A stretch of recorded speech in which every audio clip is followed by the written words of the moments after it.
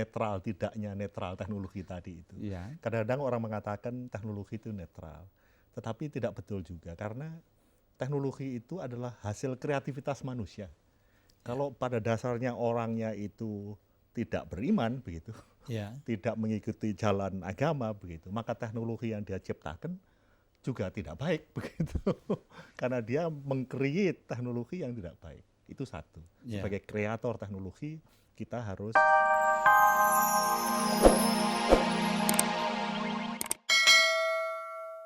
Prof, kalau tidak salah, ilmu pengetahuan dan teknologi itu, maaf kalau saya tidak salah dengar, juga mempunyai satu pengorganisasian, ya. Katakanlah televisi ini, ya. Dia sesuatu yang netral, penyampaian informasi, tapi kemudian saya kira itu salah satu dampak positif yang terus kumulatif dari satu ilmu pengetahuan. Apa benar demikian, Prof? Tadi sebetulnya Pak Mukades menyinggung dua hal gitu. Satu adalah kenetralan atau ketidaknetralan ilmu pengetahuan teknologi, dan kedua sebetulnya unsur-unsur apa saja sebetulnya yang terkandung di dalam teknologi itu. Prof. Kalau yang kedua dahulu Pak Mukades, memang teknologi itu sebetulnya ada 4 unsur utama dari teknologi itu. Teknologi itu terkandung di dalam alat begitu. Kalau kita menggunakan pacul sebetulnya di dalam pacul itu terkandung teknologi begitu. Sudah teknologi atau satu cara begitu untuk membalik tanah itu begitu. Ada banyak cara, tapi pacul adalah satu teknologi. Jadi teknologi dimasukkan di dalam pacul itu. Tetapi pacul saja tidak cukup, karena harus ada informasi bagaimana cara menggunakan pacul itu. Kalau orang tidak diberi informasi untuk menggunakan pacul itu, maka tidak bisa dia menggunakan. Atau keliru menggunakan. Atau salah menggunakannya. Nah, jadi itu yang kedua. Ketiga, pacul itu hanya bisa dipakai kalau ada manusianya. Jadi manusia itu adalah bagian daripada yang harus menggunakan teknologi. Pacul tidak bisa berdiri sendiri begitu. Jadi informasi harus dipakai oleh manusia sehingga dia menggunakan pacul itu. Dan yang ketiga, keempat adalah pacul itu perlu organisasi untuk, ya mungkin kalau pacul tidak, tapi kalau paculnya lepas dari tangkainya itu, belum tentu si pemakai bisa bikin betul begitu. Jadi harus ada organisasi pendukung begitu dari pacul itu. Ini yang jadi pemakaiannya adalah diperlukan manajemen pendukung sehingga optimasi daripada pacul itu bisa ditingkatkan. Manusia-manusia pelaksana teknologi itu, kemudian informasi, dan kemudian barangnya sendiri baru pacul. Jadi itu adalah 4 unsur daripada teknologi itu. Prof, saya ingin menggarisbawahi unsur yang ketiga, Prof, yang dikatakan tadi, karena menurut saya di situ menariknya. Salah satu yang menarik adalah betapapun satu teknologi dia masih tidak berarti apa-apa tanpa manusia yang menggunakan. Dan barangkali disinilah bagaimana manusia itu seyogianya dibekali agar baik-baik menggunakan teknologi tersebut. Apa benar demikian? Itu tadi yang Bapak katakan, sebenarnya yang kedua atau yang pertama tadi, netral tidaknya netral teknologi tadi itu. Kadang-kadang orang mengatakan teknologi itu netral, tetapi tidak betul juga karena teknologi itu adalah hasil kreativitas manusia. Kalau pada dasarnya orangnya itu tidak beriman begitu, tidak mengikuti jalan agama begitu, maka teknologi yang dia ciptakan juga tidak baik begitu. Karena dia meng-create teknologi yang tidak baik. Itu satu. Sebagai kreator teknologi, kita harus beriman mengikuti jalan agama. Kedua, kita sebagai pemakai teknologi. Jadi teknologi diciptakan oleh orang, kita pakai. Pacul itu tadi. Pacul itu tergantung yang memakai. Kalau dia memang baik, ya dia pakai untuk menggali tanah. Tapi kalau tidak baik, dia pakai untuk membunuh orang juga bisa. Jadi ini yang, jadi dua pihak. Jadi sebagai kreator teknologi itu pun saya kira juga tidak netral begitu. Jadi tetap apa kita create teknologi, sebagai pencipta teknologi kita harus beriman. Pemakai teknologi pun harus demikian juga. Harus guided by begitu. Tapi sama sekali guided by keimanan ini sama sekali tidak berarti mengurangi inovasi, mengurangi kreativitas kan Prof? Tidak. Hanya kreativitas dan inovasi yang bagaimanapun berlandaskan pada sesuatu yang disampaikan oleh Khalik, yang Maha Khalik gitu ya. Betul. Demikian Prof ya. Betul ya. Prof, saya tidak ingin menggeneralisasi, tapi kita melihat di Indonesia ini misalnya saja kemajuan teknologi telah demikian besar. Langkah-langkah loncatan-loncatan apa yang ada di Amerika barangkali atau di Jepang 1 minggu yang lalu, barangkali sekarang sudah kita bisa peroleh dan sebagainya, Prof. Tetapi ada semacam kecemasan bahwa lagi-lagi ini manusia di belakangnya, Prof. Kita lebih cenderung untuk sebagai penikmat teknologi dan rasanya ada kritik kita belum sebagai pemanfaat teknologi. Bagaimana Prof barangkali? Ya betul Pak Mukades. Jadi ya memang betul yang Bapak lihat itu memang kita lihat juga. Yang kita semua risau sekarang itu komputer kan Pak Mukades. Komputer itu sebetulnya adalah barang modal sebetulnya.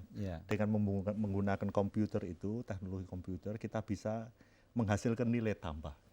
Informasi kita masukkan komputer, kita olah dalam komputer itu, sehingga harga informasi itu bisa naik. Kita sort, kita tata, kita select, kita sambung-sambung, harganya naik. Nah, tetapi kita lihat bahwa memang banyak komputer itu kita pakai untuk games gitu sekarang. Untuk permainan, jadi demikian. Jadi memang betul yang Bapak katakan itu.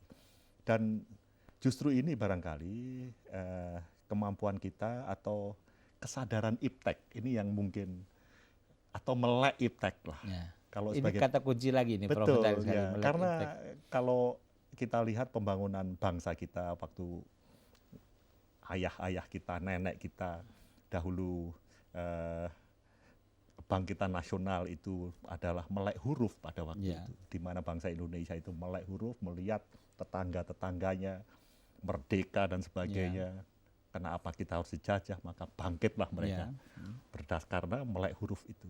Setelah sekarang kita merdeka, tingkat berikutnya mestinya kita sekarang itu melek teknologi begitu. Melek teknologi, di mana betul-betul kita manfaatkan alat, tanda kutip, alat yang diberikan oleh Tuhan dalam ilmu pengetahuan teknologi ini untuk meningkatkan kesejahteraannya dengan sadar menerapkan teknologi itu.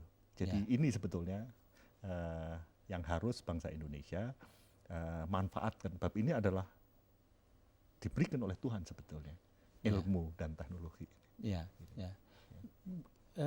Ini relatif sesuatu yang baru, Prof, untuk pemirsa, untuk saya dan barangkali untuk sebagian besar pemirsa, istilah melek iptek ini, apalagi Prof menganalogkan dengan melek buta huruf, melek kemerdekaan dan sebagainya. Barangkali Prof bisa menggambarkan sedikit apa yang bisa kita lakukan, apa yang masyarakat bisa sumbangkan agar melek teknologi ini, melek iptek ini makin meluas barangkali Prof, karena menarik sekali. Contoh tadi itu Pak Mukades, kandungan teknologi dalam komputer adalah tinggi. Jadi komputer adalah produk teknologi tinggi. Apa artinya? Teknologi tinggi itu berarti nilai tambah yang dapat kita berikan juga tinggi. Begitu. Seharusnya. Ya, seharusnya. Nah, kalau kita pandai, ya kita manfaatkan komputer itu untuk menghasilkan nilai tambah yang tinggi sehingga kembali lagi, maaf sekali Pak Mukades, kita bisa tambah kaya begitu. Sehingga dengan demikian kita bisa mengamalkan kekayaan kita ini untuk membantu orang lain kan itu. Dan sama sekali tidak terlarang oleh agama untuk menjadi kaya. Mestinya tidak. Jadi tapi memang kadang-kadang keinginan tujuan kaya diri sendiri itu mungkin tidak terlalu baik. Tapi mungkin kalau kita ingin membantu orang lain dengan memanfaatkan teknologi ini. Jadi tujuannya adalah agar kita bisa membantu orang lain lebih baik. Maka kita manfaatkan teknologi setinggi mungkin, sehingga kita menghasilkan nilai tambah setinggi mungkin. Sehingga kita bisa membantu orang lain lebih banyak lagi. Mestinya itulah.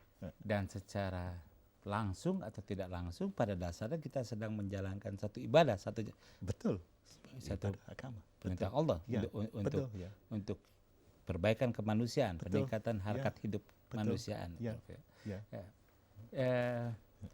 Ya, ini sangat menarik, Prof. Barangkali kalau kita berkesempatan, kita bisa membicarakan secara lebih detail tentang melek iptek ini, Prof. Kita bukan sekedar menjadi, saya tidak menggeneralisir sebagai bangsa, tetapi kalau boleh mengatakan kita tidak usah menjadi sekedar penikmat teknologi, tapi pemanfaat teknologi dalam artian yang seluas-luasnya, Prof. Ya.